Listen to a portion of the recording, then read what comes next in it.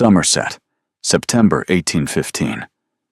The introduction had been engineered by Mrs. Dalworth, which meant it had been engineered with the quiet ruthlessness of a woman who believed that marriages were infrastructure and ought to be planned accordingly. The Duke of Ashcarn required a wife. His finances were sound, his reputation was intact, but his household had been without a duchess for 4 years, and the county had begun to talk in the way counties talk when a man of significant title remains unmarried, past the point of reason. The Renly family had a daughter, educated beyond what was strictly fashionable, possessed of a moderate fortune and an immoderate mind, and currently unattached for reasons Mrs. Dalworth attributed to the general failure of the men in 3 counties to recognize quality when it was presented to them. She had written to both families in August. She had received cautious agreement from both. She had not, it should be noted, described either party to the other with complete accuracy. Severin Renly arrived at Ashcairn Hall on a Wednesday morning in the 3rd week of September, accompanied by her uncle and the steady composure of a woman who had been the most interesting person in every room she had entered since she was 14, and had learned to carry this as a fact rather than a performance. She wore a dress of deep amber, well made, the kind of thing that communicated taste without announcing effort, though the effort had been considerable, and she saw no purpose in pretending otherwise. She had her uncle's pragmatism in her thinking, and her late mother's precision in her posture, and she sat in the morning room of Ashcairn Hall, with a cup of tea she had not been offered, but had requested, and waited for the Duke of Ashcairn to appear. He appeared at 10:30. He was younger than she had prepared for, and more contained than she had been led to expect, which was the first surprise. The second surprise was the stillness. Not calm precisely, but the quality of a man who had constructed a version of himself for public use, and had been inhabiting it so long he had nearly forgotten it was a construction. He moved through the doorway with the economy of someone who owned every room he entered, and had stopped noticing that he did. "Miss Renly," he said. "Your Grace," she said. Her uncle and Mrs. Dalworth had arranged themselves near the window with the practiced transparency of 2 people who believed their presence was merely decorative. The Duke glanced at this arrangement, then at her, and said with the directness of a man who found social preamble wasteful, "I prefer plain conversation to performance. Shall we speak alone?" They were shown to his study. It was a good study. She noted this with the automatic attention she brought to rooms and to books, and to the particular way a person organized their private space, because private spaces told truths that public ones were designed to conceal. The shelves held books in 4 languages that she could see from where she sat: English, French, Latin, and what appeared to be German, though the spines were turned, and she could not confirm it without standing, which she was not going to do. The books had been read. Several had paper markers between pages. He was not a man who collected volumes for the look of them, which was, she thought, worth noting. She sat. He sat across from her. He regarded her with the focused, unhurried attention of a man conducting an evaluation, which was, she understood with perfect clarity, precisely what this was. "I will be direct," he said. "I would prefer it," she said. "I am in need of a wife," he said. "My requirements are specific. I need a woman of respectable family, who is capable of managing a household of considerable size and representing the Ashcairn name in society. I need a woman who understands the obligations of the position and who will conduct herself with the discretion and the dignity the title demands." He paused.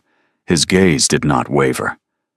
"I have no interest in a wife who imagines the role to be something other than what it is. The Duchess of Ashcairn is a position of responsibility, not a stage for personal ambition or intellectual display." The word display did the work he had designed it to do. In another conversation, it might have been neutral.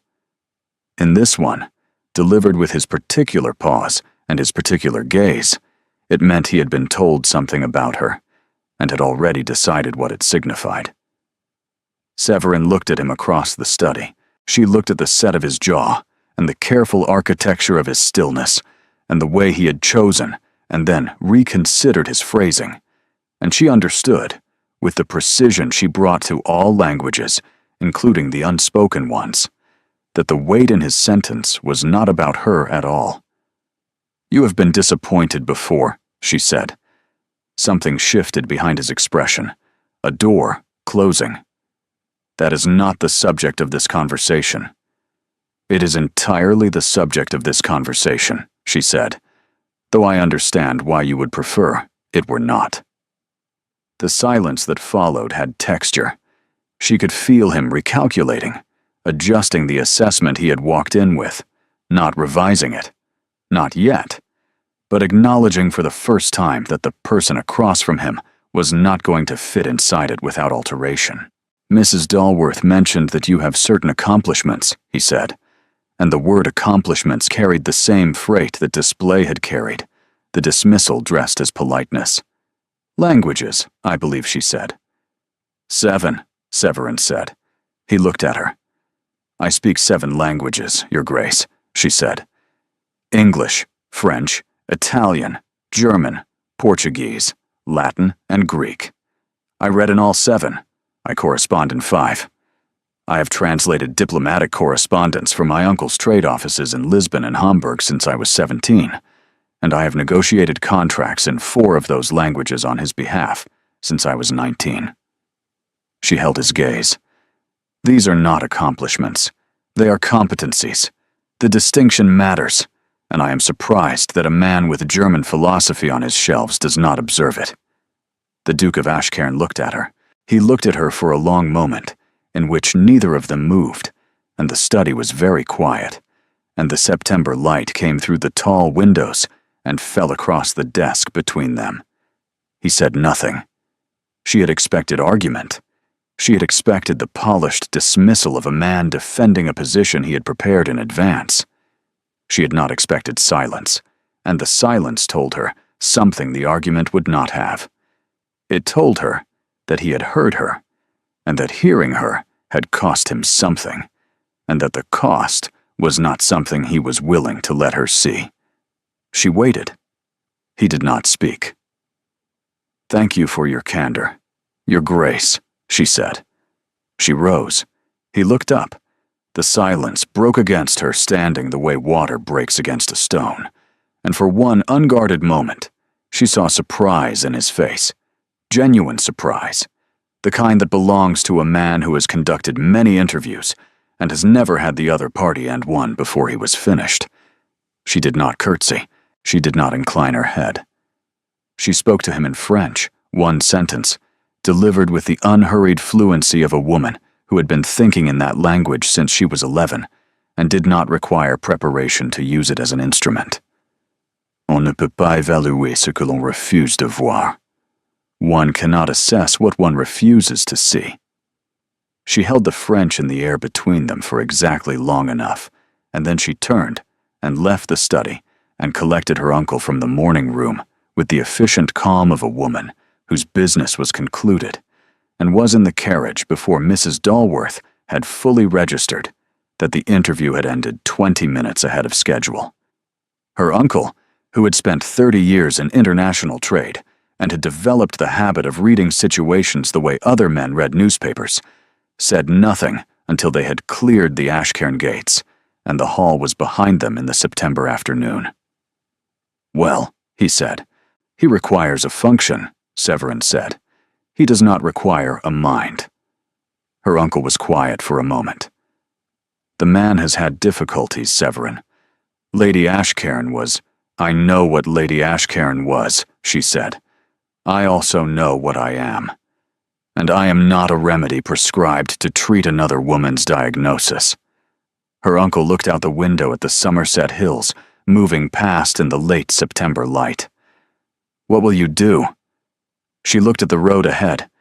She had been considering it since the moment he had said the word display, which was before the silence, which was before the French, which meant she had been considering it for approximately 12 minutes and had already arrived at a conclusion.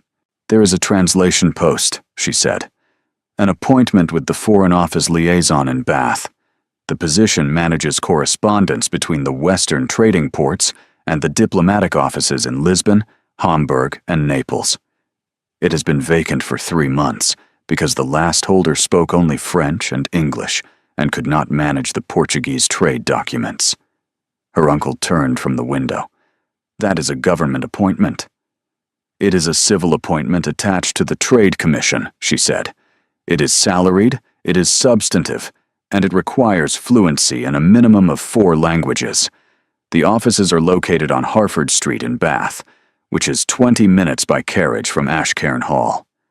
Her uncle looked at her with the expression of a man who had been paying close attention to this particular person since she was 12, and who recognized the precise quality of her voice when a decision had been made and was no longer available for discussion. 20 minutes, he said. "The location is convenient," she said. "Severin." "It is an excellent professional opportunity, Uncle. The proximity is incidental." He looked at her. She looked at the road. Neither of them believed the proximity was incidental, and neither of them said so. And the carriage continued through the Somerset countryside in the September light, and Severin thought about a study with books in 4 languages, and a man who had handed her a dismissal wrapped in the language of requirements, and had then gone silent when she unwrapped it. She almost believed the appointment was entirely about the work. The translation post was secured in October, which was faster than most government appointments in Somerset, because Severin Renly had her uncle's connections and her own credentials, and the determination of a woman who had decided something and considered delay and inefficiency. The Foreign Office liaison, a man named Harkness, who had been managing the Western trade correspondence with 2 translators and his own limited French for the better part of a year, received her application on a Tuesday and offered her the position by Thursday, having tested her in 4 languages during the interview, and found himself, for the first time in 11 months, in possession of a staff member who could actually read the documents arriving from Lisbon without requiring a secondary translation from the Portuguese consul, who charged by the page and was slow about it. The Duke of Ashcairn was informed of the appointment by Mrs. Dalworth, who mentioned it during a Sunday call at Ashcairn Hall in the manner of a woman delivering intelligence while presenting it as gossip. "Miss Renly," the Duke said. He set down his correspondence. "She has taken the translation post at the Trade Commission in Bath," Mrs. Dalworth said. "The Foreign Office appointment. Languages, of course. She is apparently quite indispensable already. Mr. Harkness has not had a properly translated Portuguese shipping manifest in over a year, and Miss Renly produced 4 in her first week." The Duke looked at the window that faced east, toward Bath, toward the Trade Commission offices on Harford Street, that were, as he was aware, without having calculated it, approximately 20 minutes by carriage from where he was sitting. "The Trade Commission," he said. "Yes, Your Grace. The Correspondence Office. She manages the translation work for the Lisbon and Hamburg dispatches. And Naples, I believe, though I may have the Italian arrangements confused." The Duke was quiet for a moment. "She speaks Italian as well. 7 languages, I am told," Mrs. Dalworth said, with the carefully calibrated tone of a woman who was repeating information the Duke already possessed and wanted him to know she knew he possessed it. "Though I confess I cannot name them all. English, French, Italian, German, Portuguese, Latin, and Greek," the Duke said, and then stopped, because he had listed them from memory, and the listing revealed more than he had intended. Mrs. Dalworth looked at him. She said nothing. She did not need to. The Duke returned to his correspondence, and Mrs. Dalworth accepted a second cup of tea, and neither of them mentioned Miss Renly again that afternoon. But the Duke's pen did not move for some time after the conversation ended, and the letter he had been writing remained unfinished until the following morning. Severin began work at the Trade Commission on the first Monday of November, which was not the fashionable time to take up a professional appointment in Bath. November being the month when society retreated to country estates and closed its doors against the cold and the diminishing social calendar. But Severin had not come to Bath for society. She had come for the work, which was considerable and absorbing, and exactly the kind of thing she was built for. The commission offices on Harford Street occupied the second floor of a stone building overlooking the river, and the correspondence room where she worked had tall windows that let in the gray November light, and a desk that was, within a week, entirely covered in documents. Portuguese trade manifests from Lisbon, German shipping contracts from Hamburg, Italian diplomatic notes from Naples that required not merely translation, but interpretation, because the Neapolitan attaché wrote in a dialect that was 3 parts formal Italian and 1 part deliberate obfuscation, and Severin found this privately entertaining and professionally useful. She spent the first 2 weeks learning the systems, reading every document in the archive, and correcting the gaps where her predecessors had approximated rather than translated. There were errors, significant ones. A Portuguese trade agreement from March had been translated with a clause that reversed the liability terms, and no one had noticed because no one in the office read Portuguese with sufficient precision to catch a subjunctive where an indicative should have been. She caught it. She corrected it. She wrote a memorandum to Harkness, explaining the error in language that was precise and diplomatic, and did not once use the word incompetent, though the word was available to her and would have been accurate. Harkness read the memorandum twice.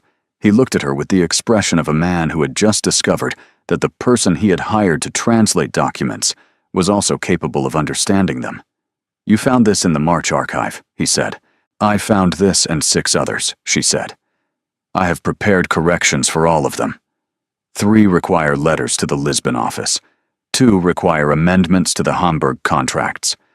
1 requires a conversation with the Neapolitan attaché that I would prefer to conduct myself, as the error involves a diplomatic nuance that will need to be addressed in Italian and then confirmed in English, and I do not trust the confirmation to survive a third-party translation." Harkness looked at the stack of corrected translations on the corner of her desk that had not been there when he left the office the previous evening. "You did this overnight," he said. "I did this over 2 evenings," she said. "I do not work past 10. Harkness set the memorandum on her desk and left with the slightly dazed expression of a man who had requested a translator and received a department. It was on the 3rd week of November that the Duke of Ashcairn's correspondence arrived at the Trade Commission, not addressed to her. Addressed to Harkness regarding a shipping matter connected to the Ashcairn estate's timber exports, which were routed through the Bristol Channel and required documentation in English and Portuguese for the Lisbon receiving office. The matter was routine. The correspondence was formal. The fact that the Duke of Ashcairn had previously handled his timber documentation through his own estate solicitor and had never once directed a query to the Trade Commission was a detail that Severin noted and set aside and did not examine too closely.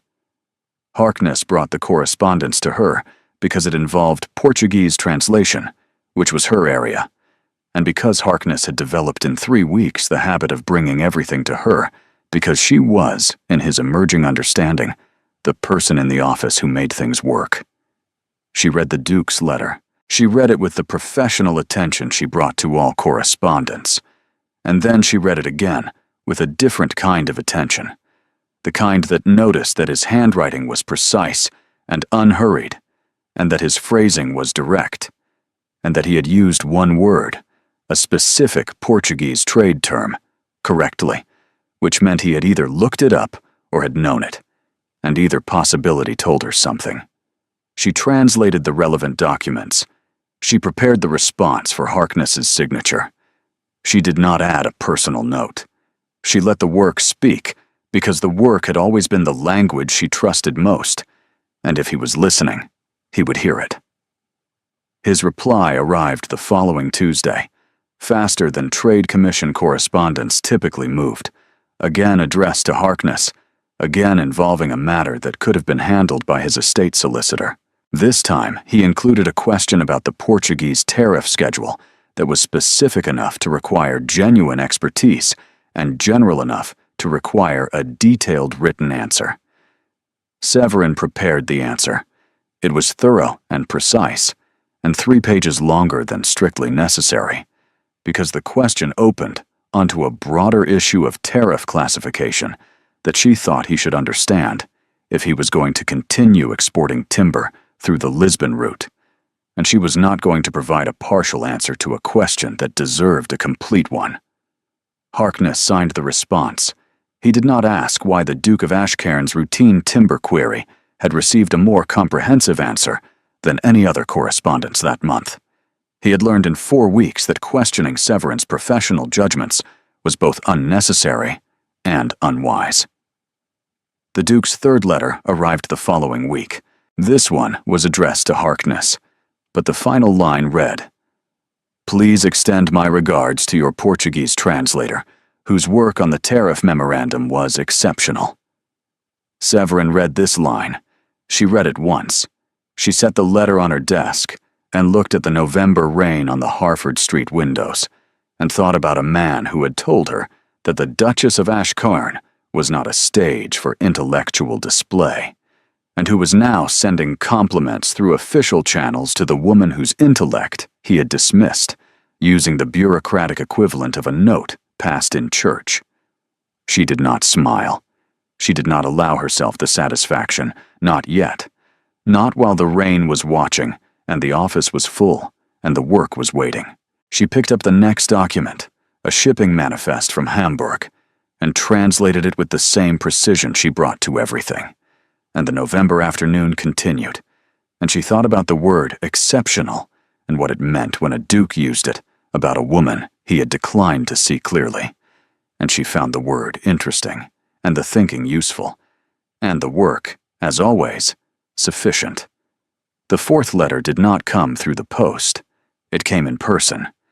He arrived at the Trade Commission on the last Monday of November, unannounced, on a matter he described to Harkness as urgent, involving a discrepancy in the Lisbon timber contracts.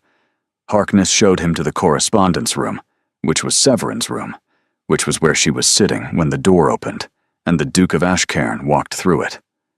She looked up from a Neapolitan trade dispatch she had been annotating in the margins, in 3 languages simultaneously. "Your Grace," she said. "Miss Renly," he said. He looked at her desk. He looked at the documents covering it, the neat stacks of translated correspondence, the tariff memorandum she had written for him, still open as a reference, which told him the work had been thorough enough to become a standard. He looked at the annotations in her margins. She watched him follow the Italian into the Portuguese, into the English, watched him recognize that she was not merely translating, but interpreting, building something from the raw correspondence that had not existed before she arrived. "The timber discrepancy," she said. "You mentioned it to Mr. Harkness." "Yes," he said. He was still looking at her desk. "There is no discrepancy," she said. "The Lisbon office uses a classification system that differs from the Bristol standard. The numbers appear contradictory, but resolve when you read the Portuguese headers, which specify a different unit of measurement. Your previous translator was converting the figures directly, which produced an apparent shortfall that does not exist." He looked at her. "You identified this from the correspondence." "I identified this from the first letter you sent," she said. "I included the correction in the tariff memorandum. Page 7, 3rd paragraph. The footnote explains the conversion." The Duke was quiet. He had the expression of a man who had come prepared to discuss a problem and had discovered the problem had been solved before he arrived, and the solution had been available to him for 2 weeks in a document he had apparently not read to page 7. "I see," he said. "The memorandum was comprehensive," she said. "I would recommend reading it in full." Something happened at the corner of his mouth, not a smile, the precursor to one, suppressed with the practiced control of a man who did not permit himself unguarded expressions in professional settings. But she saw it. She catalogued it. She set it beside the word exceptional and the 4 letters and the fact that he had come in person to a government office to discuss a discrepancy that did not exist, and she began to understand the shape of what was happening. "Thank you, Miss Renly," he said. "The work is exceptional." "You have used that word before, Your Grace," she said. "It remains accurate," he said. He held her gaze for a moment that was 1 beat longer than the professional register required. Then he inclined his head and left the correspondence room, and she heard him exchange brief courtesies with Harkness in the corridor, and then the commission door closed, and he was gone. She sat at her desk in the November light and thought about a man who had told her she was not needed for her mind, and had traveled to Bath to consult it. She thought about the almost smile, and about the tariff memorandum, and about the particular quality of his attention when he looked at her desk, the way he had read the room, the way she read rooms, looking for what was true about the person who occupied it. She thought about the study at Ashcairn Hall, and the man who had sat across from her and refused to see what was in front of him. He's beginning to see it now. She picked up the Neapolitan Dispatch and returned to her annotations, and the November afternoon continued on Harford Street. And she did not think about the almost smile for the rest of the day, with moderate success. December brought the winter social season in Somerset.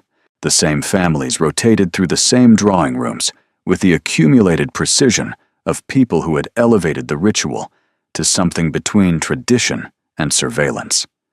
Severin had been received into the circuit through Mrs. Dalworth, who introduced her at the Pemberley dinner with the casual authority of a woman who considered introductions a form of infrastructure investment. The county had taken note.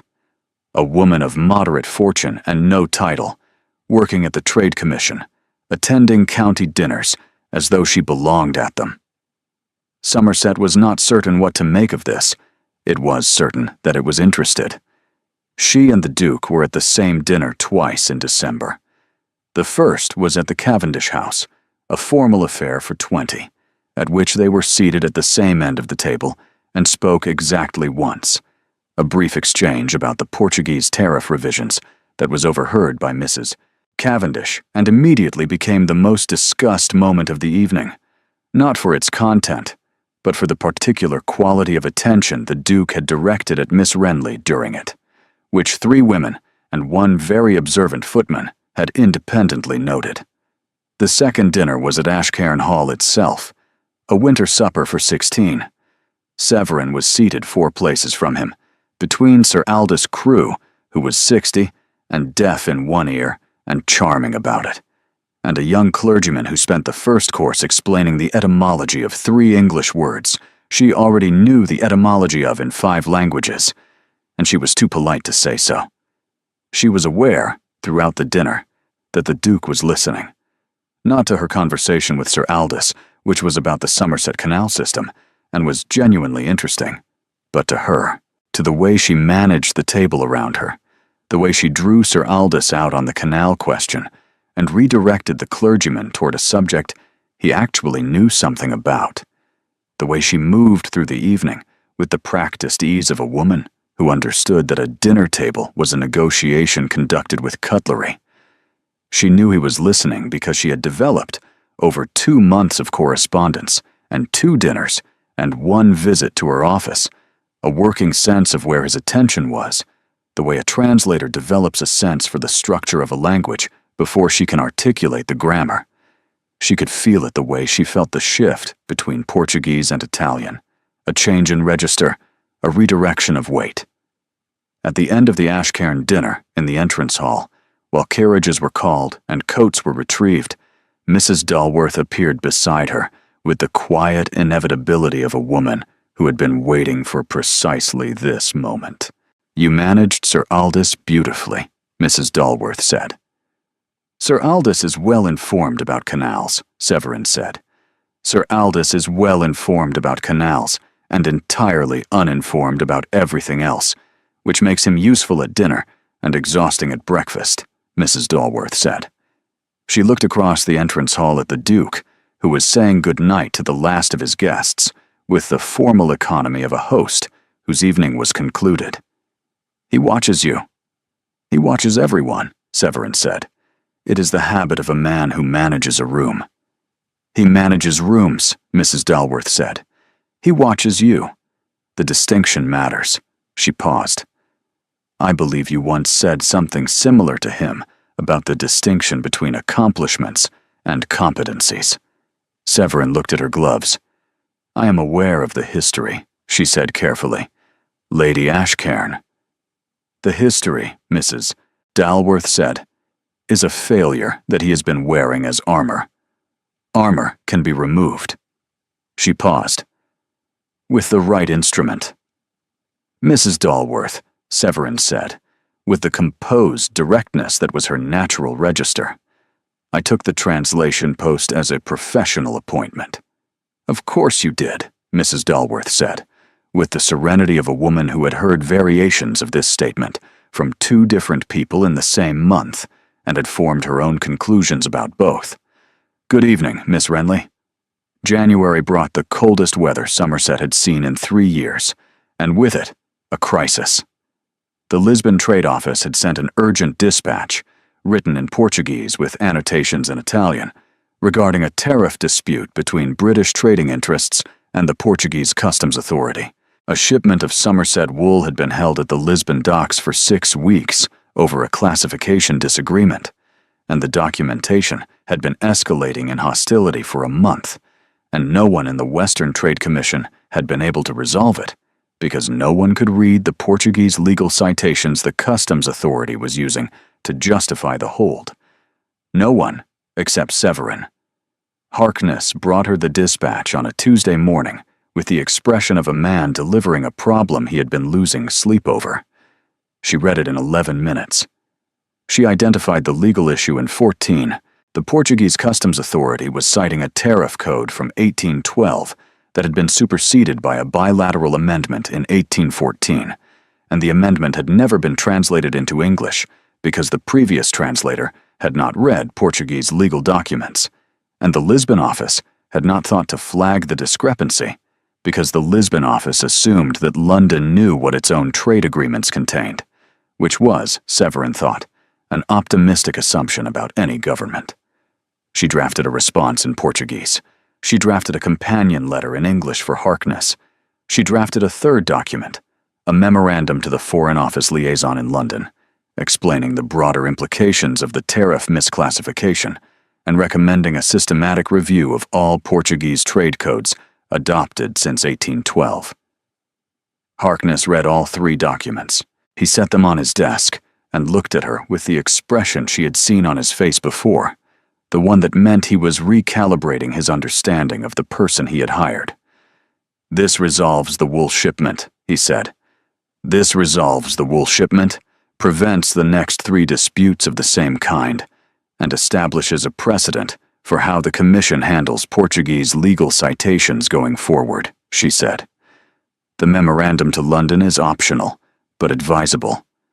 If they adopt the recommendation, it will save the Western Commission approximately 40 hours of translation work per quarter." Harkness was quiet for a moment. "I will send all 3, he said. The documents went to Lisbon and London on the same post. The wool shipment was released within 2 weeks. The Foreign Office liaison in London wrote back to Harkness with a note that was, by the standards of government correspondence, effusive, and which included the sentence, "The clarity of the Portuguese legal analysis suggests expertise that the Western Commission has not previously demonstrated." Harkness showed her the letter. She read it once. "They are complimenting you," she said. "They are complimenting you," Harkness said. "I am merely the signature." The resolution of the Lisbon dispute traveled through Somerset, the way professional accomplishments travel through a county that pays attention. It reached the Duke through Mrs. Dalworth at a Thursday call, through Sir Aldous at a Friday supper, and through his own steward during the weekly estate review, because the Ashcairn timber exports used the same Lisbon route and the same tariff codes Severin had corrected. The Duke listened to his steward's account of the matter. He asked 2 questions. The first was about the tariff codes. The second was about the memorandum to London. "Miss Renly drafted it," the steward said. The Duke was quiet for a moment. He looked at the estate ledger in front of him. He looked at the timber export figures. He looked at the south window that faced toward Bath, toward the Trade Commission, toward the correspondence room on Harford Street, where a woman he had told was not needed, for her mind had just resolved a diplomatic crisis that 3 government offices had failed to manage.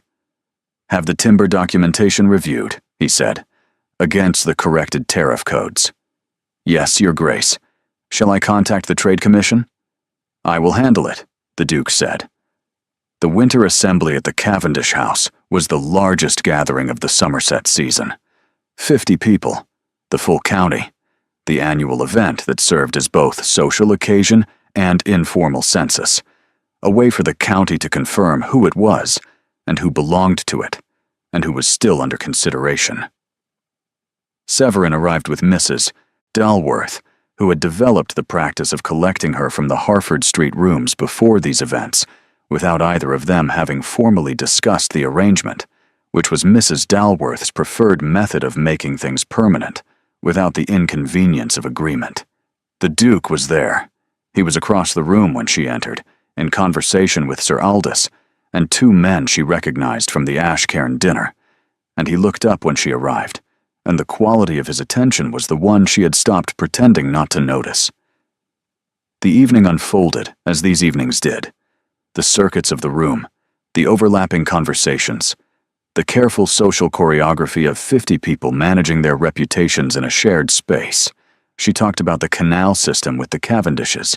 She talked about the Lisbon resolution with Harkness, who had been invited because the Cavendish family had wool interests. She talked about crop rotation with 2 landowners who were surprised that a woman at a trade commission understood agriculture, and she did not explain that she understood it in 4 languages, because the explanation was longer than the conversation warranted. She was in the middle of this circuit when she became aware of Lord Berwick.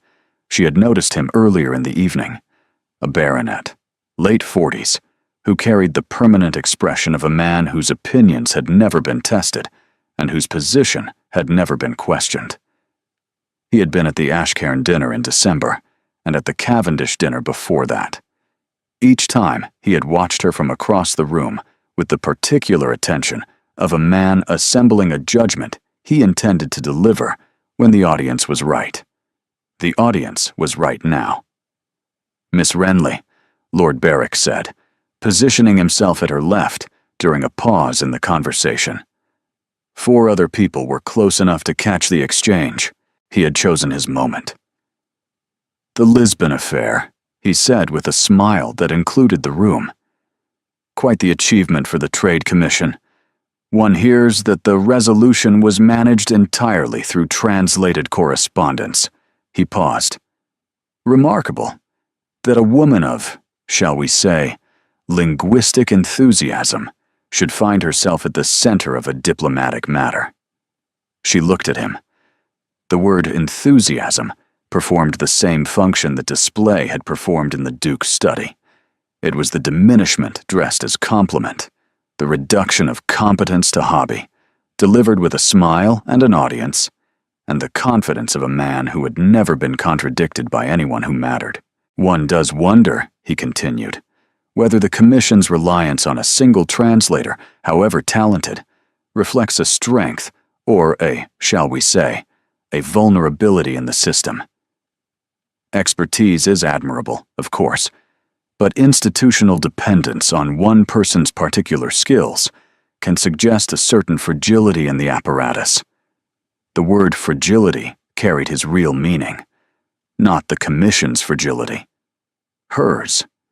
The fragility of a woman without title or husband or institutional protection who had placed herself at the center of something important and could, he was suggesting, be removed from it as easily as she had been inserted. She was composing her response, the precise, measured, devastating response she had been formulating since the word enthusiasm, when she heard the Duke's voice. "The Lisbon Resolution," the Duke said from her right, in a register she had not heard before.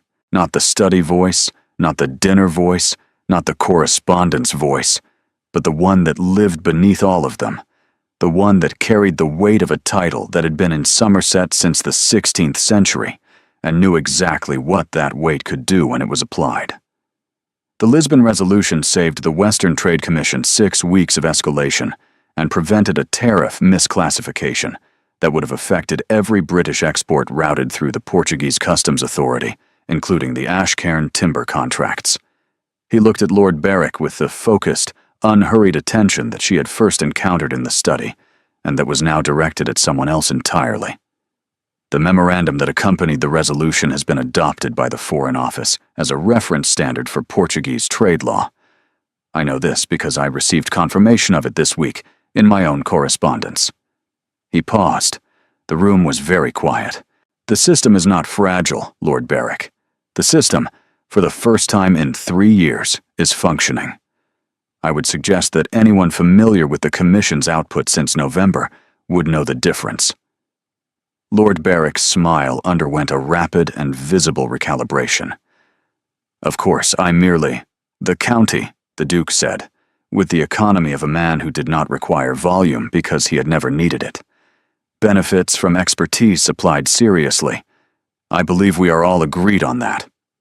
He looked at Lord Berwick for 1 moment longer than was necessary. Then he returned to the conversation he had been in, as though nothing had occurred. And Lord Berwick found someone else to speak with the controlled haste of a man who had been corrected in public by the only person in the room whose correction could not be returned. Severin stood beside the Duke in the aftermath. She thought about what had just happened with the precision she brought to all important information. He had not made her a cause or a project. He had inserted accurate, verifiable information into a room that was being given a false impression, and had done it in a way that left her standing as a professional rather than as a woman being defended. She thought he knows what he has done. She thought he is waiting to see what I do with it. She excused herself and crossed the room to Mrs. Dalworth, who looked at her expression, and then at the Duke across the room, and then back at her expression. "Well," Mrs. Dalworth said. "He intervened," Severin said. "I saw." "He did not have to." "No," Mrs. Dalworth said. She accepted a glass of wine with the composure of a woman who had been waiting for this conversation for 3 months. "Lord Berwick will be measured for the rest of the season, which is useful for everyone." Severin looked across the room at the Duke, who was in conversation, and was not looking at her. "He cited the Foreign Office adoption," she said. "He made it about the work."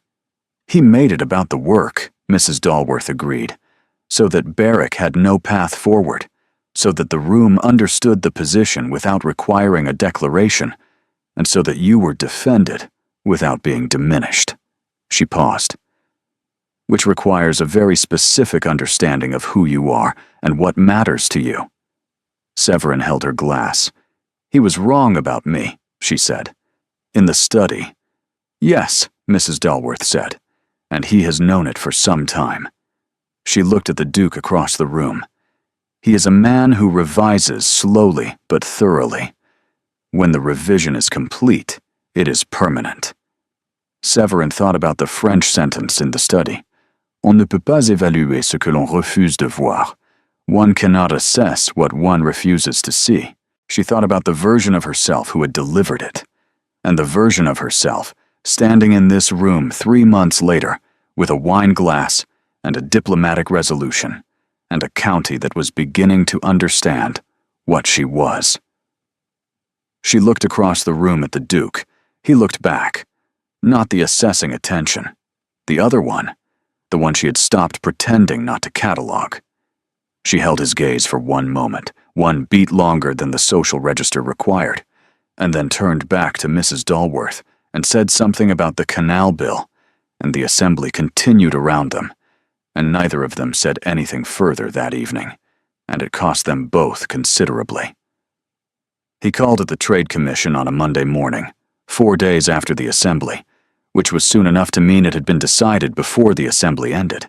She was at her desk when Harkness showed him in, working on a German shipping contract that required cross-referencing against 3 separate tariff classifications, and she did not rearrange her papers or her expression, because she had stopped arranging herself for his benefit sometime in November and was not going to resume the practice. "Your Grace," she said. "Miss Renly." He looked at the room that was hers in every way that mattered. "I came to discuss the timber documentation." "The timber documentation is complete," she said.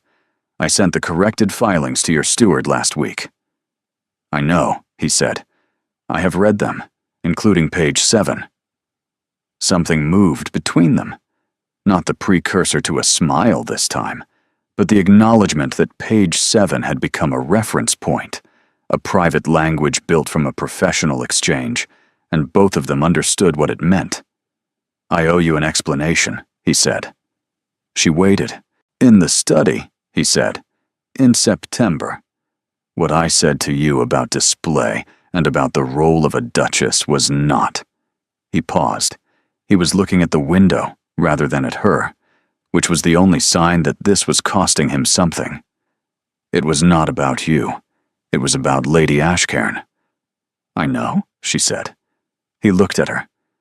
"I understood in the study," she said. "That is why I left in French. Not because you dismissed me, though you did, but because I understood that you were not evaluating me at all. You were defending yourself against a repetition that I had not committed and wasn't going to commit." He was quiet for a long moment. "Your wife," Severin said. "She was intelligent." "She was brilliant," the Duke said, and the word carried 4 years of weight. "She was the most intellectually gifted woman I had ever met, and she used every capacity she had to dismantle everything I built, and most of what I was. She conducted her intelligence the way other people conduct warfare. By the time she left, I had concluded that a woman's mind was something to be survived rather than valued." He looked at the window. "I brought that conclusion into the study in September and presented it to you as a requirement. I called it discretion. I called it dignity. It was neither. It was fear." Severin looked at the man across her desk who had walked into a study with a wound dressed as a policy, and had just named the wound without flinching.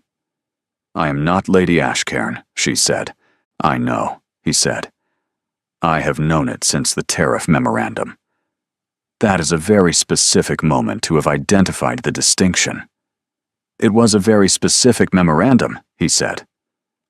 Page 7 made a case for Portuguese tariff reform that was more rigorous than any argument my estate solicitor has produced in 10 years.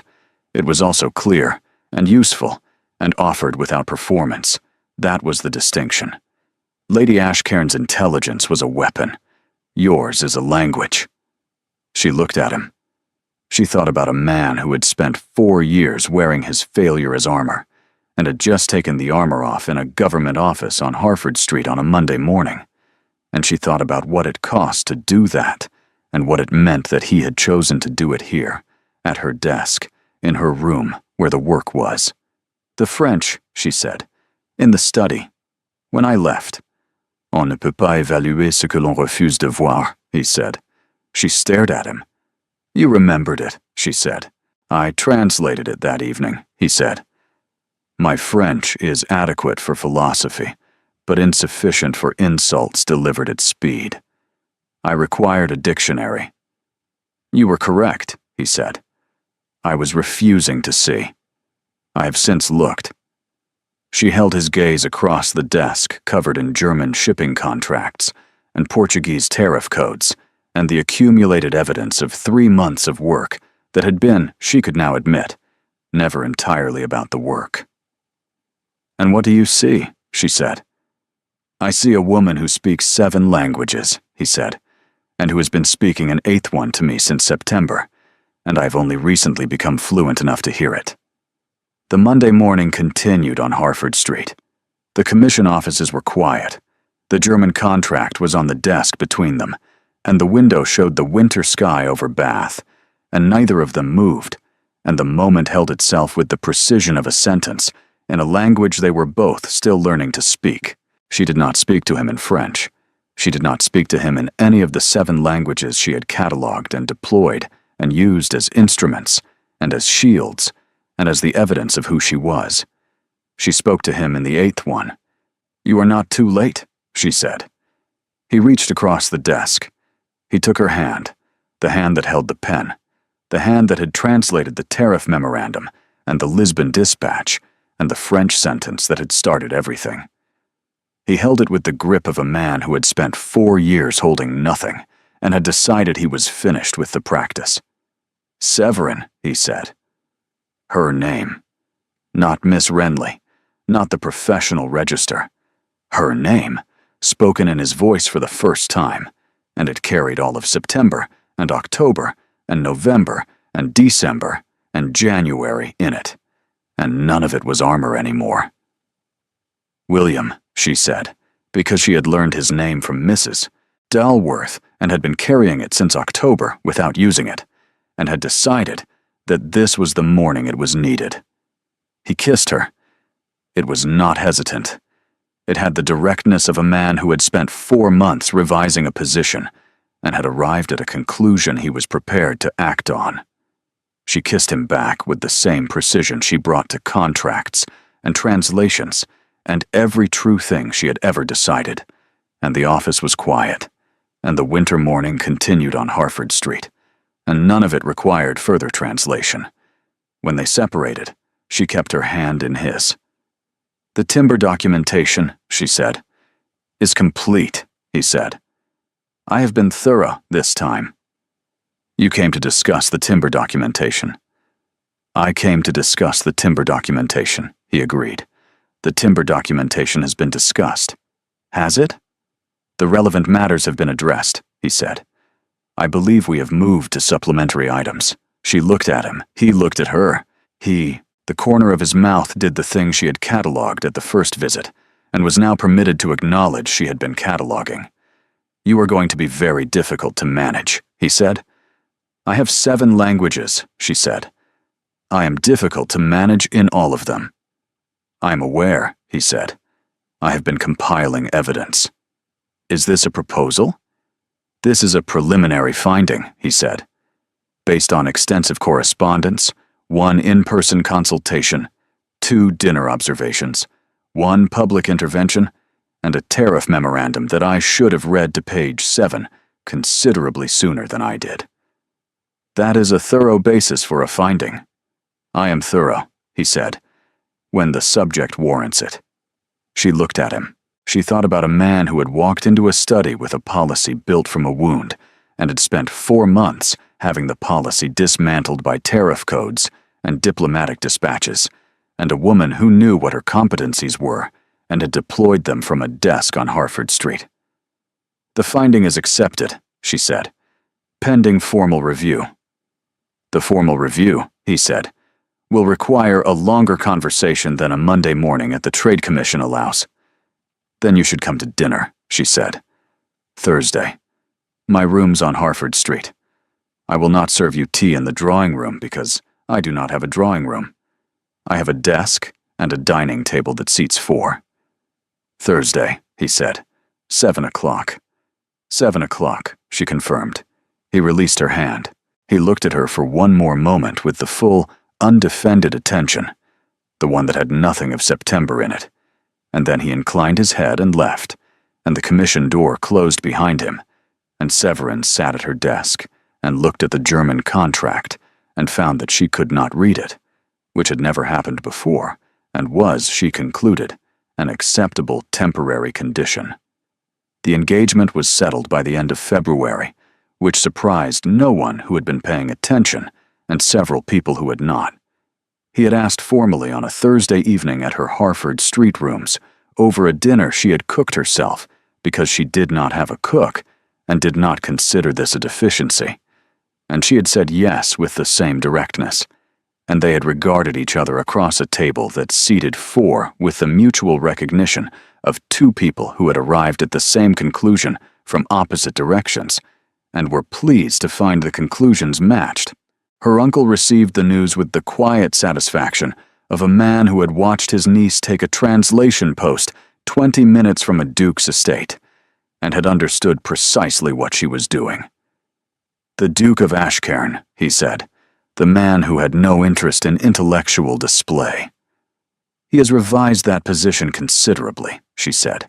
"He read the tariff memorandum to page 7. He translated the French I said to him in September using a dictionary. He told me that my intelligence was a language, not a weapon." She paused. "I find I cannot hold a man's September against him when his January is everything it should be." Her uncle set down his correspondence. "Is he good enough for you?" She thought about it honestly, the way she thought about everything. "He is learning to be," she said. "That is the best version of the answer, and the only honest one." Her uncle nodded. He wrote to the Duke that afternoon, a letter that was brief and direct, and contained the details of the Renly accounts, stated without embellishment. The Duke's reply arrived the following morning. It was addressed to Severin, not to her uncle. It said, "Your uncle's letter was generous and entirely beside the point. I am not marrying a fortune. I am marrying a translator who will read my correspondence in 7 languages and tell me when I have failed to reach page 7.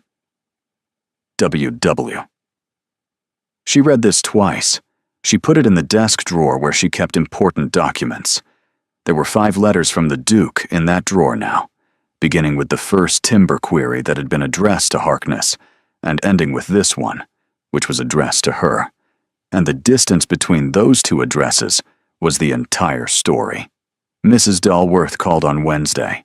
She arrived at the Harford Street rooms with the energy of a woman who had been exercising restraint for 4 days and had reached its limits. "Well," she said. "Well," Severin agreed. "The correspondence room? He proposed in the correspondence room?" "He proposed at this table," Severin said, "over roast chicken and a conversation about Portuguese maritime law that became a conversation about other things. He was happy when he called on me yesterday," Mrs. Dalworth said. "I have not seen him happy in 4 years. He showed it the way he shows everything, very quietly, and as though it had always been there. But it was new, and I saw it. And I want you to know that I saw it." She looked at Severin steadily. "You are good for him." "He's good for me," Severin said, "which is the thing I did not expect." "What did you expect?" Severin looked at the window, the Harford Street view, the winter sky over Bath, the road that led to Ashcairn Hall. "I expected to prove a point," she said. "I expected to take this post and be brilliant at it, and make it impossible for him to maintain the position he had taken in September. I expected to be right." She paused. "I did not expect to discover that he was also right about certain things, and that the things he was right about were the things that made him worth the argument." "What was he right about?" "That a woman who speaks 7 languages," Severin said, "is a formidable thing. He had entirely the wrong response to it. But the recognition was not wrong."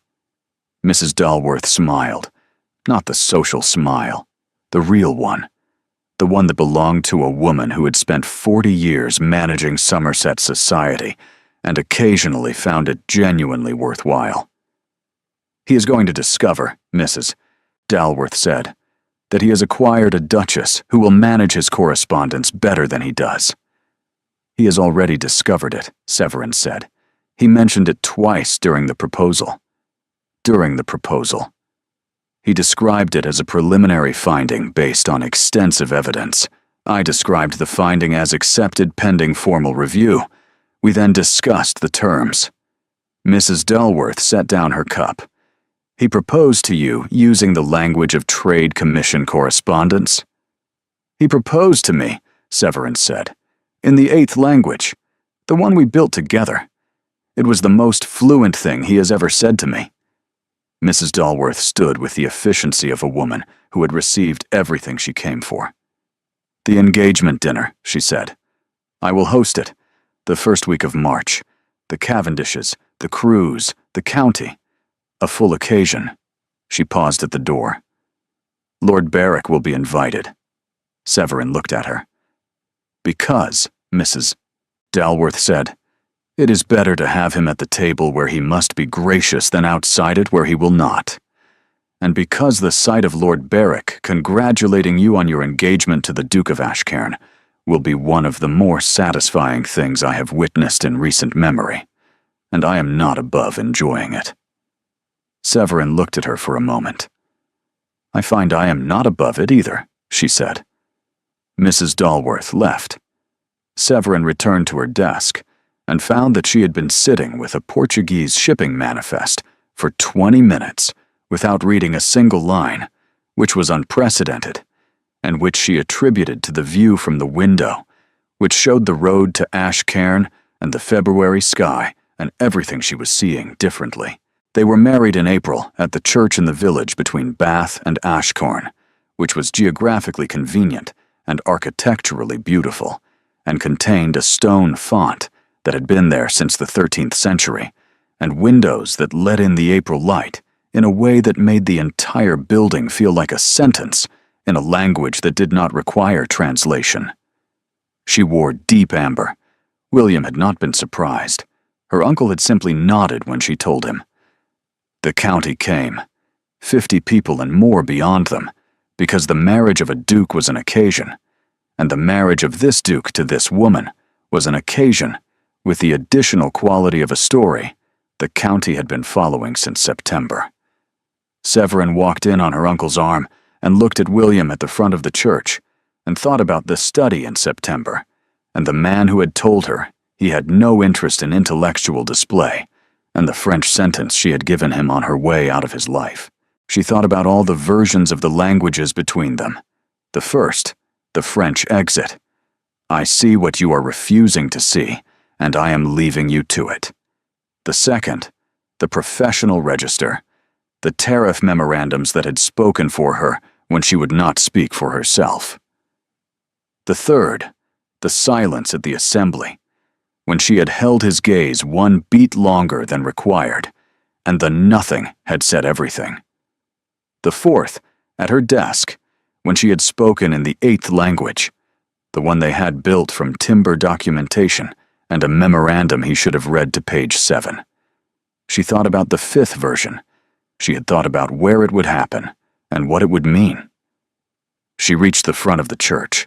William looked at her with the full undefended attention, the expression that had nothing of September in it, nothing of the study evaluation, nothing of the man who had organized his grief into a policy. Just this. Just him, entirely present, looking at the woman who had taken a translation post 20 minutes from his estate, and resolved a diplomatic crisis, and been right about everything, and had chosen him anyway. She took his hand. She leaned close enough that only he could hear her, and she spoke to him in Italian, soft and precise, and unhurried, a sentence she had chosen because Italian was the language she loved most, and had never used with him before, and she had been saving it. "Ti ho scelto in tutte le lingue che conosco, e in quella che abbiamo inventato insieme. I chose you in every language I know, and in the one we invented together." He looked at her. He understood it completely. She saw him understand it, because his Italian was better than his French, and because some things do not require translation when the person hearing them has spent 6 months learning how to listen. "Severin," he said, and her name in his voice had all of September and October and November and December and January and February in it. And none of it was armor anymore, and all of it was the 8th language, the one that did not belong to any country and could not be found in any dictionary, and was, she had concluded, the only one that had ever mattered. The April morning went on around them, warm and unhurried, and entirely indifferent to whether any of it had been practical. And the answer they had both arrived at was that it had been, just not in the way she had told herself in September. The best translations, her uncle had always said, were the ones that revealed something in the new language that had been hidden in the original. She understood this one completely.